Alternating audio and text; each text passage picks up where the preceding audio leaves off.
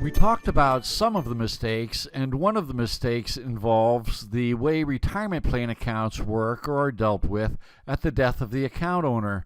The Secure Act, which was effective January 1, 2020, changed a lot of the rules that affect the way beneficiaries are taxed on the retirement account when the owner dies. When I refer to retirement plan accounts, I'm talking about 401k plans and IRAs and 403b plans and similar plans that are funded with pre-tax dollars. That means when the money goes into the retirement account, you're not subjected to income tax on that money. That's because you're entitled to a tax deduction as funds go into the account. But when you withdraw from the retirement account, what you withdraw is included in your taxable income and is subject to income tax at that time.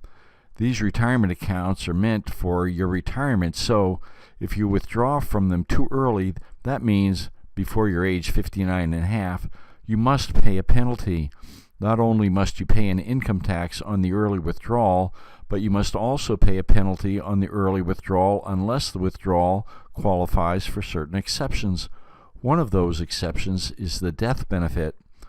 Also, since the retirement account funds are intended for retirement, there are rules that say that you must start withdrawing from the retirement account around the time of retirement. You can't just keep your money in that retirement account indefinitely and have it earning income in a tax-favored, tax-deferred environment. There are minimum required distribution rules. The Secure Act changes the minimum required distribution rules.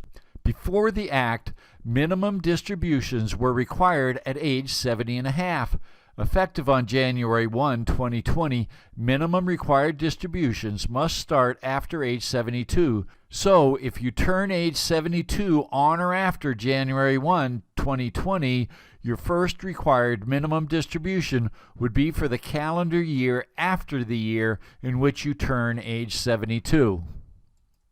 When the account owner dies and the beneficiaries are entitled to the balance in the account, in most cases, under the new law effective January 1, 2020, a beneficiary who is not a surviving spouse must withdraw the full balance of the retirement account within 10 years after the account owner's death. I'll get into the rules that apply in that case in more detail in Part 8 of this video series. If the owner's spouse is the beneficiary, the spouse may roll over the full account balance and make that account her own without paying tax as long as the funds remain in the account or in the rollover account. In that case, the spouse can wait until she is age 72 before she must start withdrawing from the account. I want to show you an example of some of the problems these types of accounts can create.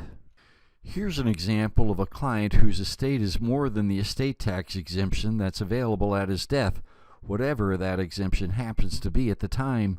Assume that all his assets are illiquid, perhaps all in real estate and in a business with partners. In 2016, his IRA had a value of $1,445,000, and it grows to $2,355,000 when he dies in 2026. The total estate tax would depend on the state in which the client resides, but let's assume that the state estate tax and the federal estate tax will be around $609,000. The question is how that $609,000 in taxes is going to be paid. Remember, we've assumed that this client's non-IRA assets are illiquid, that they cannot easily be converted to cash. There may be a temptation to go in and withdraw that $609,000 from the IRA to pay the estate tax, but keep in mind that any withdrawal from the IRA will be subject to an income tax, so this is the unfortunate result. Here you see that there's a withdrawal made of $609,000 to pay the estate tax, but now there's an income tax on that withdrawal. Let's assume, for the purposes of this illustration, that the income tax is approximately $209,000. So the beneficiary is sitting there, scratching his head, and says, how am I going to come up with that $209,000 to pay the income tax? There's only one source for it, so he goes in and withdraws another $209,000 from the IRA and creates a new income tax obligation of $72,000. So he goes in and withdraws another $72,000 to pay the income tax, and now he has a new income tax of $25,000. So you can see what's happening. Every time he makes a withdrawal to pay the income tax, he has a new income tax to pay. So by the time it's over, not only has he had to pay the $609,000 estate tax, on top of that, he has to pay $319,000 in income tax, a total tax bill of $928,000.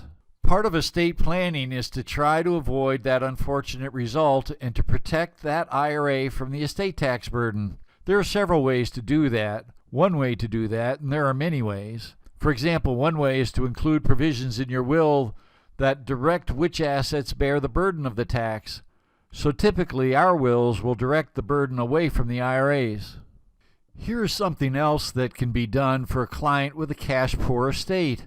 For example, maybe the client has a large IRA in real estate investments. The question for this client is, where is the cash going to come from to pay the estate tax? As we said before, real estate isn't very liquid, and we saw the problems that you get into when you try to use the IRA as a source of cash to pay the estate tax. So, lots of times, to protect the IRA, the client will consider purchasing life insurance, and the life insurance is purchased in a way so that it will not generate an estate tax.